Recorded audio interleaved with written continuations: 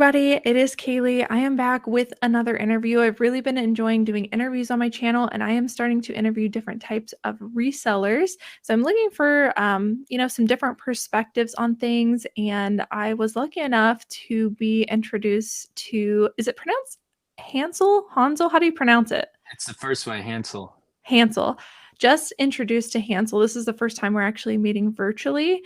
And I was really intrigued to hear about his reselling story because I learned that he was just 20 years old and is killing it in reselling.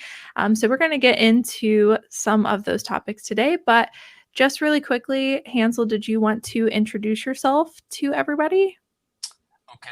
Hello, guys. I'm Hansel. I already introduced, but I'm also a college student, full time, and I started reselling probably about 8 to 9 months ago, towards the end of the summer, around beginning of August. And since then, yeah, I've just kind of just taken off from there. I think that was what is intrigued me the most about your story is we met through some mutual friends. Mm-hmm. Actually, you're actually in like the complete opposite of the country as me, which I think Yeah. is really cool that we can connect. But hearing just how young you were, that you were going to college full time and you were making reselling work. And then that mutual friend reached out to me and they were like, you should interview this guy. And I was like, heck yes, let's do this. So super exciting. So I can't wait to dive into your story. But you mentioned you just got into reselling like 8 to 9 months ago. How did you get into reselling? Like, how did you learn about it? Oh, so my friend, he started reselling, I believe, around April, and from that time up until I started, he just sent me his finds, and I just think it's cool. Then there's this one weekend, he asked me to join him, and I was like, okay, like let's go for it. And I saw it firsthand. I saw the things he was picking up. I like had an idea of how much the items he was picking up would sell for, and I saw his returns of investments on certain items, and I was like, I'm like fully intrigued, Yeah. and that was how it got started right there. Very cool. And were you like a thrifter before that? Before that, I had no thrifting experience whatsoever. Wow, that's so interesting. Okay, so your friend took you along, and was this at the bins or was it at like a regular thrift store? So we started off at just a regular thrift store. It was a Salvation Army, and then we hit a few garage sales before that. Then after a few weeks, we tested out the bins, and the bins is where I'd say I got fully hooked onto thrifting and took it to the next level. Very cool. And your friend that was into reselling that kind of got you into this, how do you know how long they'd been reselling for? They started in around April, so I'd say they're probably a year in now. Okay, so it was pretty new for both of you guys, Yeah. actually. Awesome. And did you do anything before reselling, or have you just been doing full-time schooling? I was full-time school, but I was also full-time work, just working a job at Target. Cool. So did reselling were you working at Target and then did this become like a side hustle or did you immediately um leave Target and go into reselling? Yeah, definitely initially I saw it as a side hustle. I thought even just maybe a few hundred every so often, every couple of weeks would be nice. But then after a while, it was like I was getting these bales that they'd sell at the Goodwill, and I Yeah. was seeing how much clothes I'd get. I stacked up a huge death pile, and I was like, I probably can't do Target anymore. So I left, and then that's where I pursued the full-time reselling. Very cool. It sounds like you made some quick jumps on that. I'm going to talk to you a little bit more about your sourcing strategy. I want to hear more about those bales because that isn't something that we have available to us Okay. on the East Coast or at least in Ohio. But let's start first a little bit more about your business. What platform or what platforms do you currently sell on? Currently, I'm completely on eBay 100%. Cool. Do you have any plans on, I guess, expanding to other platforms, or is your strategy to remain on one? For the meanwhile, I'm just doing my best just to master the one platform of eBay, but as I master it, I might branch into different platforms like maybe Poshmark or Depop. I've also thought about Whatnot here and there, and that's just an idea that comes around. Cool. What made you decide on eBay? eBay, I don't know, it's just what I was familiar with even before thrifting. I used to shop on eBay a little, and Okay. when I had a huge pause, like probably eBay was the way to go for things. Okay. I think I also started on eBay. I've branched out to some other platforms since then, but I always say if you're gonna pick one to start on, if you can manage it, starting on eBay is the best platform to start on because it's got, like it's just so much more complicated, I guess, than other platforms that if you get that figured out, like, going to other platforms is so much easier, so I think it's great you Yeah. started there. Alright, so I wanna talk a little bit about the sourcing. So, you said you started off by going to, regular thrift stores and garage sales, and then you eventually tried out, like a bins outlet kind of situation. Are you still going to regular thrift stores or garage sales, or are the bins like the main place that you source? I'd say the bins are 98% of what I source, and then if there's an additional free time, I try out I'll check out a garage sale, I'll check out the Salvation. I'm still yet to try out a flea market, but it is something I do have in mind, but 98% is at Goodwill. Okay, cool. And why the bins? The bins, to me, it's just the most efficient way. I feel like it's the way I could pick up the most items for the cheapest and quantity as well. So that's what works. Cool. And do you have any, like, strategies at the bins? Like, when you first go in, do you have, like, a way of doing it? Do you go to a certain bin first? Do you look for new bins that come out? How do you do it? No particular strategy. I just go for it, and just on along the way, I have my phone out on eBay, always trying to expand my knowledge on the different brands, varieties that I could pick up to, maximize the most items I could get. Okay. Do you hop into the new rotations when they come out? Not too often, just because I usually just like to be quick. So usually I'll just be there for the first rotation, then I'll be on my way out. Oh, okay. Awesome. We're gonna talk a little bit about, like, what a normal week in reselling looks like for you, so I'll ask you more about, like, timing on that here in just a moment, but that's interesting. So quick trips into the bins. Gotcha. Um, and if you had to say what your business model is, and I can expand on that if you don't know, but what would you say that your business model currently is? Are you like a would you consider yourself like a volume seller? Do you try to look for high ASP things, vintage only? Like, what are you into? I would say buy super cheap and sell at a fair market price no matter what the item is. Okay. And then, yeah, it's probably high volume, I'd say. Okay. Do you check things like sell-through rates or anything like that? Sell-through rates, I do check sell-through rates, yes. Do you comp everything that you pick up? 100%. Cool. That's pretty interesting because a lot of people that choose to only shop at the bins and do like this volume model that you're talking about, a lot of them choose that model because they can get items so cheap. And Mhm. in their minds, they think they no longer have to comp anymore. And so they kind of see it as a strategy that is, I guess, low stress and low risk because things are so cheap. And they don't often comp. So I find that very interesting. I'm a big comper myself. We look Yeah. up everything. Do you currently do this completely by yourself, or do you have any help at all, virtual assistants or anything like that? My dad, he helps me with the packing aspect, and he'll also help me drop off ship for the most part. But besides that, I'd say the rest is completely by myself. Very cool. Did he have knowledge in shipping before that, or did you have to teach him? No, no prior knowledge. Yeah, you just had to teach him. But I just kind of print out the labels and I'll label them, and he'll pack them for me.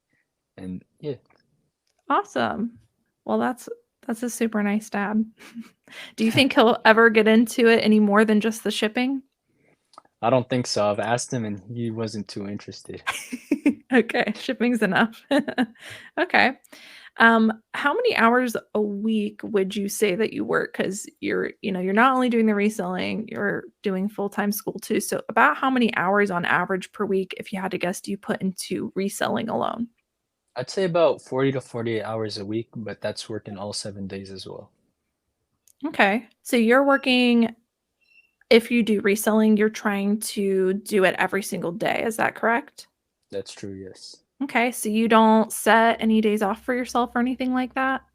Here and there, I'll take a day off. I've taken a few vacations there in reselling, which is going pretty well. Are working every single day, do you have like some days that are for listing, some days that are for sourcing? Is everyday sourcing? Like, walk me through a normal reselling week for you. Okay, so my days are pretty consistent, so they're pretty much how I'll go the whole week. But every day, 7 a.m. or 6:15, the time I'll wake up, get there 7 for opening for the bins, stick around the first rotation for a bale, get done with that in about an hour, I'd say, and then go to the storage unit, grab the things I gotta pick out for ship, take those back home, get those ready for ship. And then sometimes from 9 to 12, I'll have school. Sometimes I don't. It's school's like 2, 3 days a week, so it's not too bad. After that is when I'll usually go home and I'll list. I'll list probably what I got, 30 to 40 items, and then after that is when I'm free for the day. Okay. Wow. So you have a pretty, I would say, structured schedule. Why did you choose to do it that way?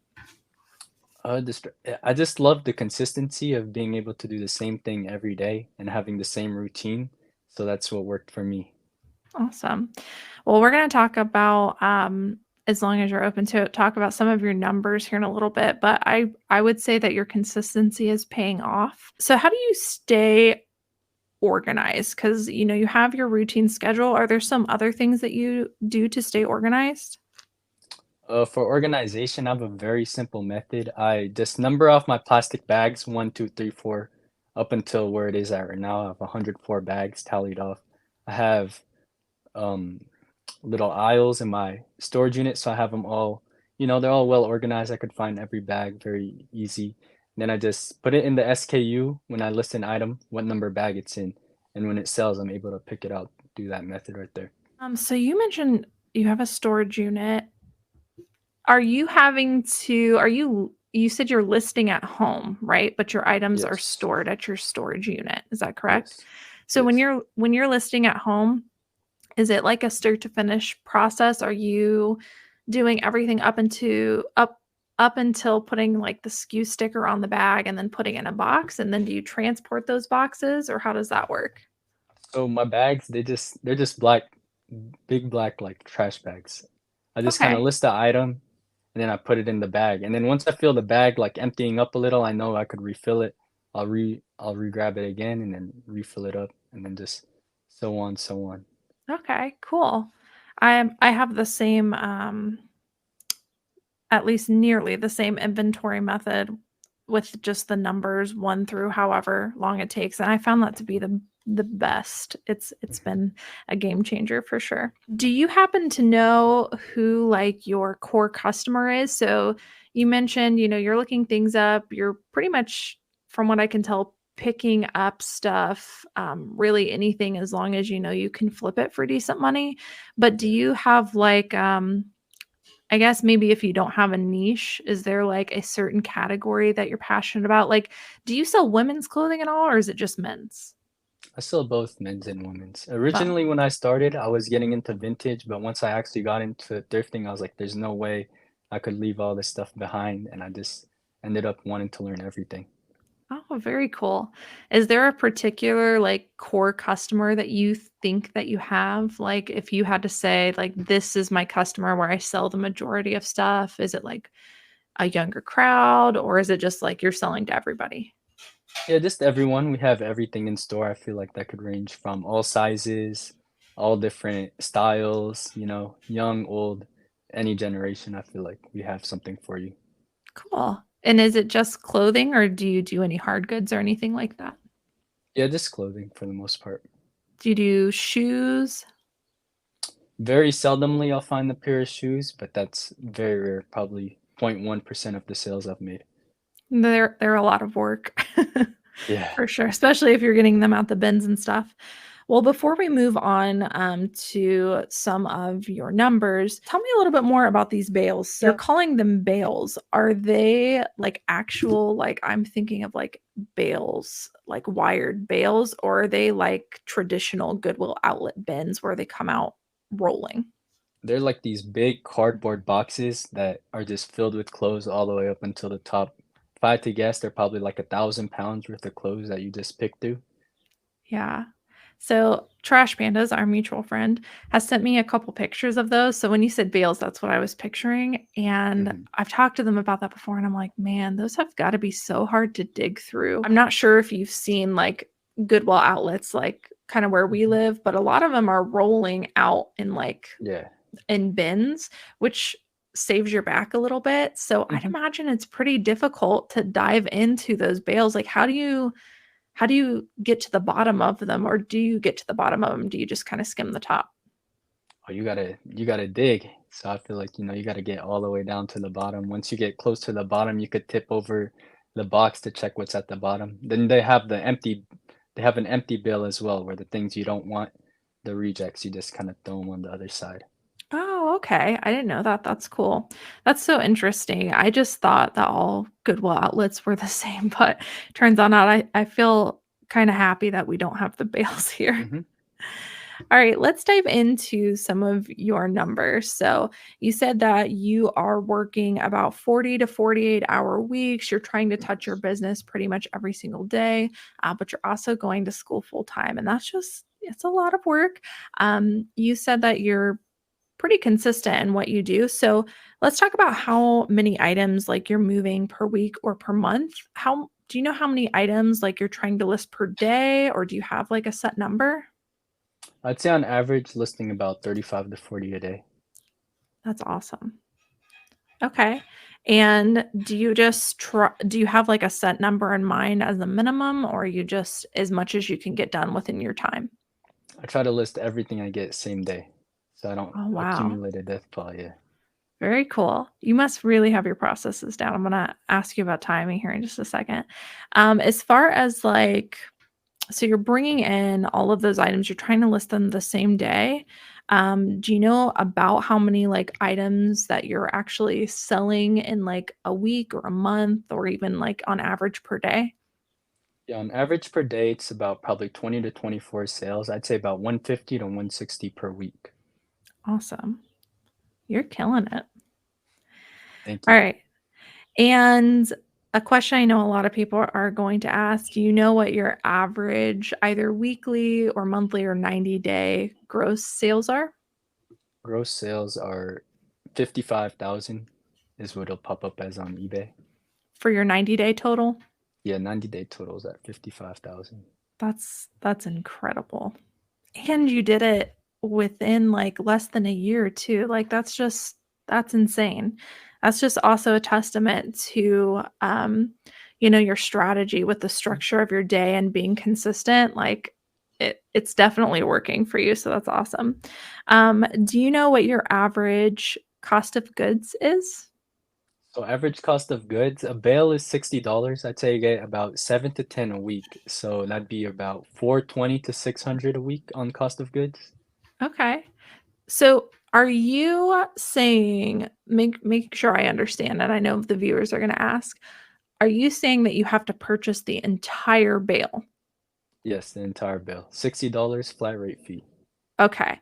So, when you are going to these places, you are purchasing the whole thing, the whole box, like, on a pallet, a bale, Yeah. and then after you've purchased it, you're going through it, you're Mhm. discarding into an empty box whatever you don't want.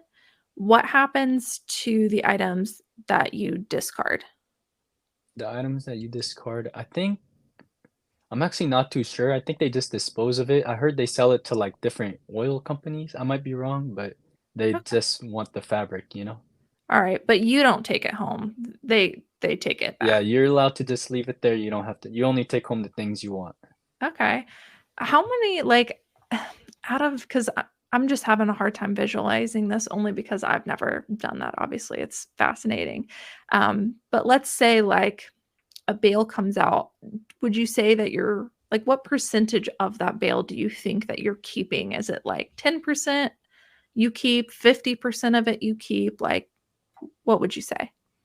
I'd probably put a rough estimate at about 10 to 15% is what I'll Nice. take. Yeah. Man, that's crazy. Okay. All right, so you're going through these bales. Sorry, I know we already talked about that, but I keep having more questions just because 'cause I'm not No, it's familiar okay. with the Go for process. it. Yeah. So your average cost of goods, you said you're spending about 420 to 600 per week. Is that correct? That's 100% correct. Yep. So you're only shopping at these places with bales for the most part. Is that right? Yes. Yep. Okay. All right.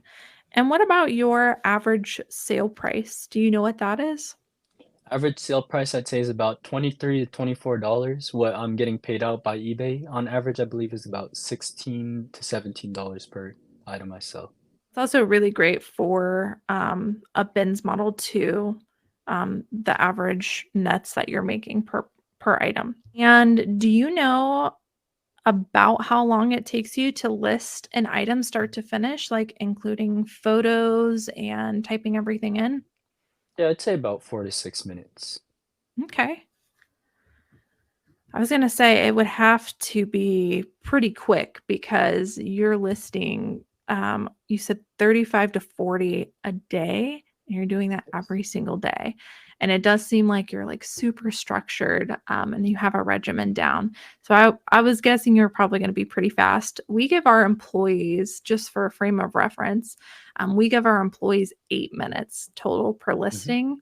Okay. They could probably do it in 5 to 6. Like I think my average is like 5 to 6 minutes per item, but we try to give them a little bit a buffer room. So you're doing it really quickly.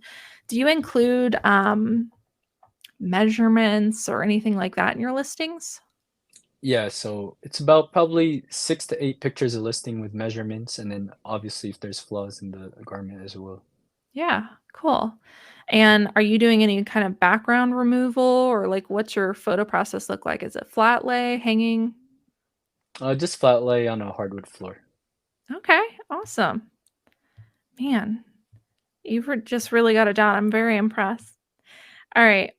Um, let's talk a little bit more about you as a reseller. What would you say is your biggest strength in reselling currently? Well, I'd definitely say the consistency and the discipline and also the willingness to learn have been my biggest strengths in reselling. Where does that come from? Which just comes from, I guess, just the drive to succeed, make my parents proud too, and then just the drive to, for a good future in life.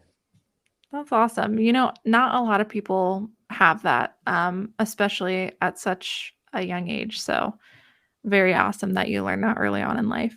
And what would you say if you had to pick something as your biggest opportunity right now in reselling? Ooh, biggest opportunity, I'd just say it's the Goodwill bins, having that so close to me, being able to go every day. It's been the biggest opportunity for me just to keep picking up items and just, list on the daily too.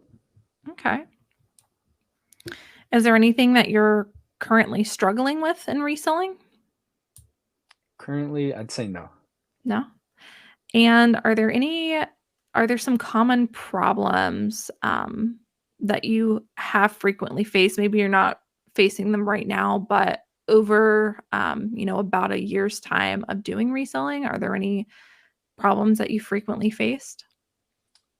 I think I went through burnout for just a little bit, but then I learned that, it's good to have breaks, and that's a thing I'm thankful for is during this time you could take breaks any time of the day. You're working on your own schedule. So I've learned to be nicer to myself, not just go all in into work.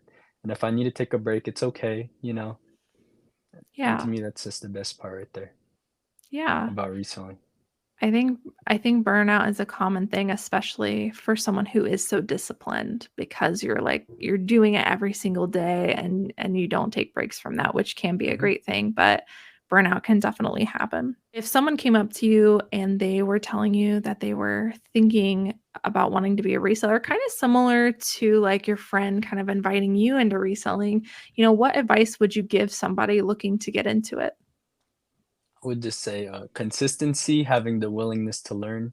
When I first started, I thought I knew everything about clothes because I always liked wearing like clothes. But then once I went to the thrift stores, I was like, it's a whole different ball game out here. There's so many different styles that I'm still learning to this day. So you got to be able to learn all this stuff. Yeah.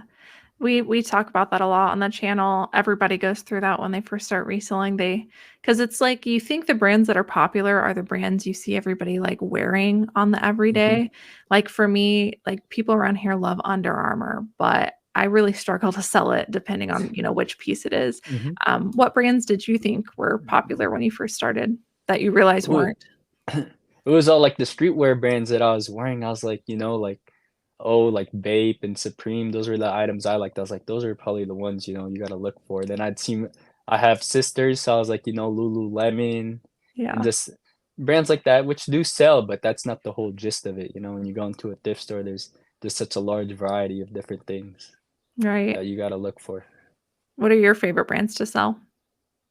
My favorite brands are probably, let me think, Patagonia, Athleta. Those are the daily items I feel like that just come off mind that I'll find on the daily basis. Nice. I like those ones too. It's funny because I think a lot of people like their favorite brands to sell are bolos, but I think when you're like a super disciplined, consistent seller like you are, I think like your favorite brands become the ones you can pick up frequently because like Mhm. you know that you can get them and that you're going to be able to list them super quickly because you're super familiar with them. Yeah, definitely. If you had to sum up your entire reselling strategy into one sentence, what would that be? Buy super cheap and just sell fair. Awesome. I like that you use the word fair. Tell us what you mean by that. Why is that part of your strategy?